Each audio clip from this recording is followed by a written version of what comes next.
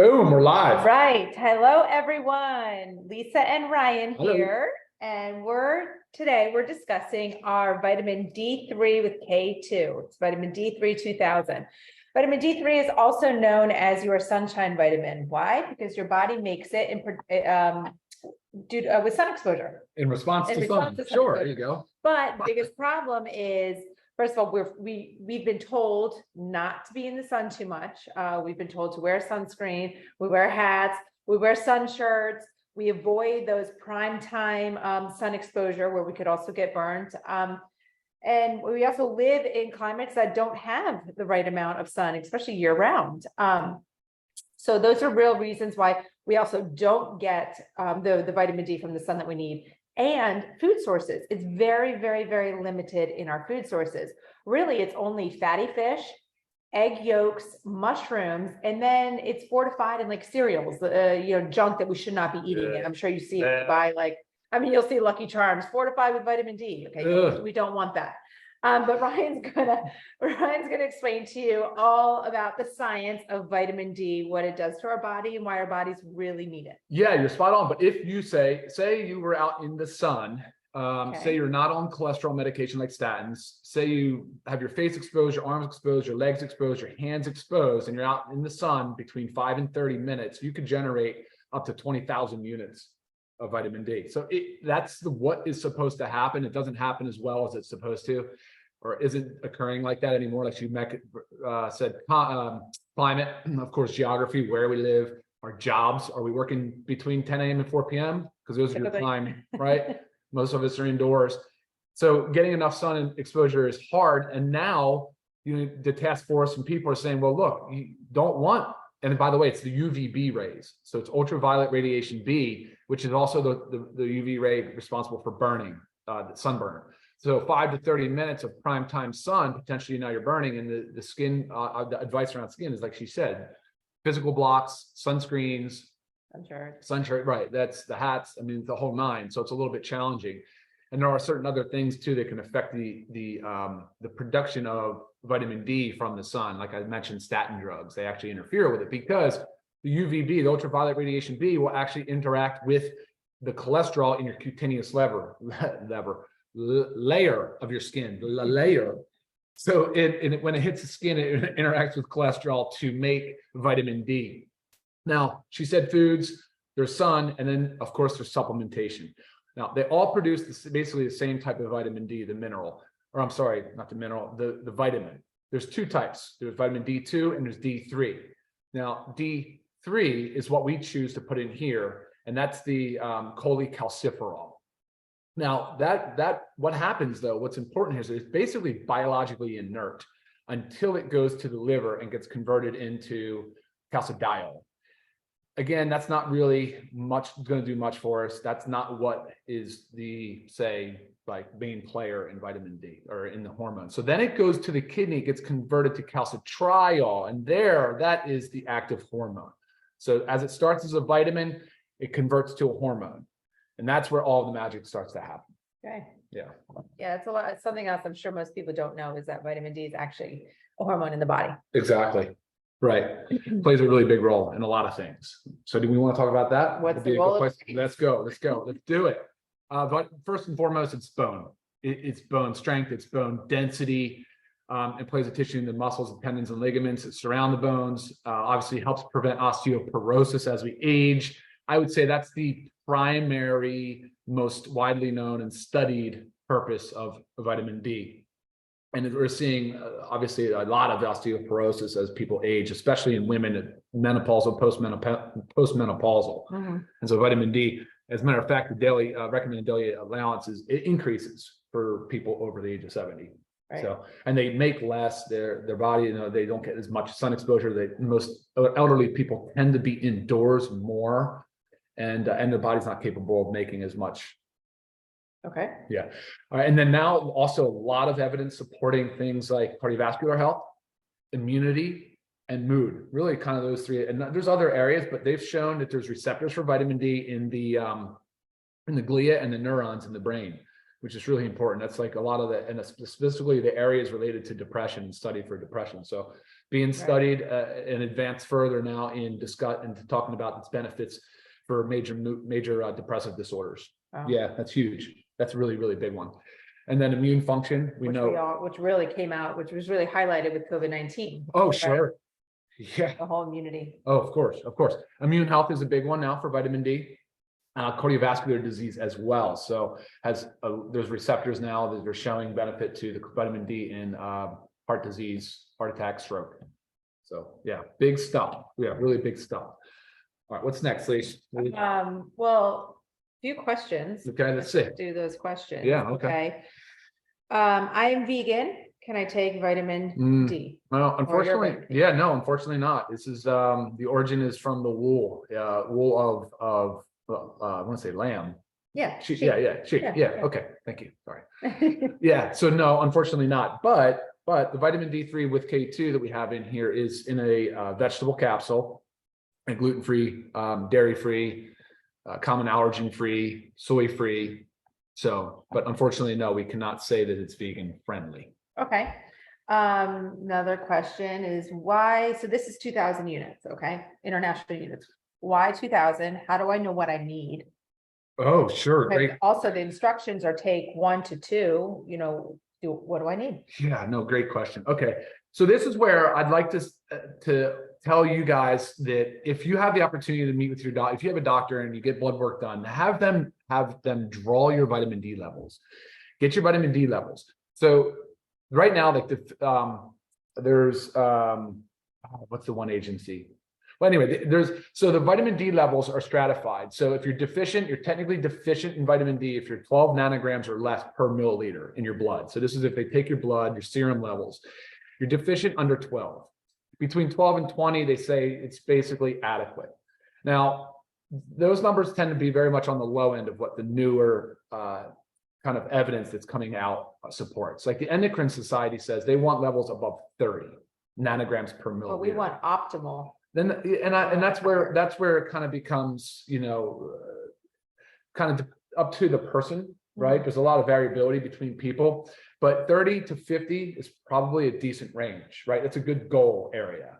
Lisa, on the other hand, she likes to be above 50. Some people like to be above 50. The reason why we selected 2,000 units of vitamin D3 is because that should, for most people, put you in between that 30 and 50 nanograms per milliliter blood level. But you can also adjust by just taking more. And that's why we also have 60 capsules in here. So if your body only needs the 2,000, I mean, this is a 2-month supply. But if based on your levels, you need more, you could double, you could triple, do what you need to do. Yeah. Oh, that was the Food and Nutrition Board. That's who did. And they had a committee though. They had a committee that reviewed the evidence and came up with it and showed where deficiency and inadequacy kind of gets stratified. But I think prevailing belief now is to be above 30. And so that 2,000 should get you there. And like Lisa said, if you wanted to go to 4,000, I would suggest doing that under, say, the guidance of the provider or knowing your blood levels. And then you can kind of maintain the levels that are best for you. And why is it important not to take too much? Oh, good question. Yeah, we do get that question a lot. And it's because it's a fat soluble vitamin. So vitamin A, D, E, and K, those 4. So this has vitamin D and K, but the vitamin D can cause toxicity because the fat soluble vitamins can deposit in the tissues. And if you take too much, they can have toxicity. And the toxicity would present as it could potentially raise calcium to dangerous levels. It could cause kidney issues, big issues with the kidney, could cause kidney stones. And it's pretty rare, right? Right, but it can. But it can. So if you just jumped into vitamin D and started taking 10,000 units a day without knowing anything, there might be some risk there. And that's probably where Lisa and I would agree about the tolerable upper limit is probably around 10,000 units a day. And a lot of times it's true. I mean, first of all, it is true that it can take up to 6 months to actually get your vitamin D levels to where you want them to be based on your, your blood work. So you can also get your levels there with a higher dose, and then you could lower the dose to work on a maintenance to try to keep it there. Yeah. So it's just is one thing that is extremely important to know based on your blood work. And every time you get your blood work done with your physician, they should be testing D3. But if they're not, just make sure.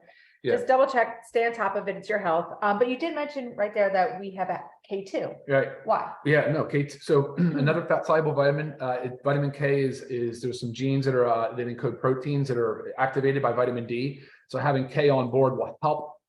Well, it may also help absorption of the drug through the stomach, but it also is going to help increase the utilization of vitamin D as well as calcium. That's pretty critical because again, that whole pathway is designed to be run together for bone density, bone strength. Okay. And I know there's a small minority of a group that cannot have vitamin K. What group is that typically, and should they avoid? Yeah, I mean, some of the folks that are taking anticoagulants, like Coumadin is one that works on the vitamin K pathway, and so those folks, and that's kind of being more phased out. Most anticoagulants now don't work the same way as Coumadin. But for those people, yeah, I think vitamin K, they're advised to watch out the vitamin K rich foods. And so vitamin K supplement would also be a caution. Okay. And then we talked about that it's fat soluble. So Yes. Does that mean to take with food, without food, with other supplements? Yeah, good. Yeah, for sure. Good question. Because we always try to suggest that people take it, say, at your first meal of the day and with fat. Now, you don't have to take it with fat and with food, but you want to stay consistent either way. You will absorb more when taken with food because again, fat soluble. So we like to say, hey, take it with food, a little bit of fat. An example of that would be like maybe a little bit of egg or something when you break your fast, or an avocado. You say, I know you like, Sure, right? But consistently do it that way. It's every single day. You try to take it early in the day. And I know there's been some new literature that's supporting taking it early in the day because of. You want to comment on that, or you want me to go there? Well, I mean, it can help you sleep better at night. Yeah, it can help you sleep better at night. Right. It suppresses some of the melatonin. So again, kind of falling back in that ancestral concept where your first thing you do upon sunrise is you're getting out there, your eyes are adapting to the sunlight, the sleep awake cycle is being activated by the sunlight, suppressing melatonin, you're making vitamin D, right? You're out moving. And so again, taking this early part of the day is good. I would never take it at night. I don't recommend that, but early morning, afternoon, but not at night. Okay. Just a question that I have that you guys might have as well. A lot of people do intermittent fasting, and everybody's schedule is very different. So say someone's doing intermittent fasting and they actually don't break their fast until like 2 p.m., but they want to take their supplement. They would rather take the vitamin D earlier. Can they take it with factor 4 because there's the fish oil in it? Does that fat help the absorption? Sure. Okay. Absolutely. So that's an easy way to do it. So first thing in the morning, if you're fasting, you can still take your vitamin D3, take it with your 1 serving of your factor 4. Yeah. Voila. Good advice. Yeah. Okay. Voila. Any reason to not take it with any supplements? Any contraindication? Not really. No, I wouldn't say so, actually. Vitamin D, no. There's a reason why we didn't put it in the multi dose, because we want you to understand the dosing and be able to tailor it, move it a little bit and adjust it. Right. Because you will see in other like multivitamins, other companies, they have vitamin D in there, but it's just a little bit. A little bit. So like, what's the point of just having a little bit? Like we want to make something to have like a therapeutic effect. So that's the point of taking something, right? To actually do what it's supposed to do. Yeah, absolutely. Oh, well, let's just throw out there the price. $8.50 for members, guys. Oh, wow. Simple. $8.50 for members. And again, if you also only need, if you only need 2,000 units a day, you have 2 months worth for $8.50. Yeah. If you're not a member, $17.50. So right there, it pays to be a member. But prices, I mean, there's no reason to not take your D3. Absolutely. Yeah, I agree. I mean, there's very, very few circumstances I can think of that you would not take it, right? Like, no, absolutely. Very important to do. Most people now too, clinically, you're seeing at least 50% of the population has insufficiency. And some of those can actually have a deficiency. And if you're having a deficiency, and especially it's a shame because young infants and children really need that, and they're not getting enough out of the breast milk. And so not that this of course could be used for the infants, but you're seeing it. And then, like I said earlier, you need more of it the older you get. Just because we're not absorbing as well, we're not making as much of it, and it's very important. Right. Very important. Yes, and I honestly think the recommended daily value is only like 600 international units. It's 600 up to 70, and then goes to 800. 800, yeah. So that's also very low. I mean, we know that we need more than that. That's why starting at 2,000 is the way to go. I just lost my train of thought. I had another question. It was in my head, but I can't remember. Yeah. Yeah, we talked about that. We said, take it in the morning or the afternoon. Don't take it in the evening. Right. D3K2, 2,000 units. Okay. Yeah. So, I mean, if you guys have any other questions, I mean, you know, it's a fairly simple supplement, but also a very, very, very important supplement. Exactly. We are here for your questions. Always love the feedback, but make sure you are taking your vitamin D3 every day. Yeah, absolutely. Guys, thanks for tuning in. Appreciate it. Y'all have a great and productive week. See you next time. Bye, guys. Bye.